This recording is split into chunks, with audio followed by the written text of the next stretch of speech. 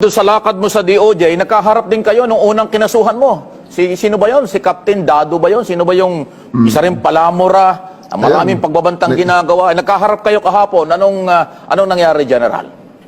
Ayun, nagbabait-baitan po. At nagbigay ng counter affidavit niya. Nang binasa ko kahapon, dinesisyon ako na agad. Sinabi ko sa aking lawyer, huwag na tayong mag-submit ng reply affidavit para for resolution na kagad ang kaso. Kasi ako'y naniniwala na wala naman siyang naidepensa at wala naman siyang na-deny doon sa kanyang sinabi. Kaya tingnan natin kung ano sabihin ng piskal. At pag sinabi ng piskal, isampa nga sa kaso sa korte, naturalmente, lalabas ang warrant of arrest. Isi-serve ko po yung warrant of arrest personally. At sa observation po ng mga nakakita kahapon, aba nawala yung tapang ni Dado.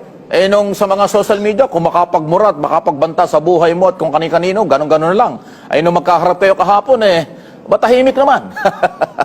Natakot yata sa iyo, General.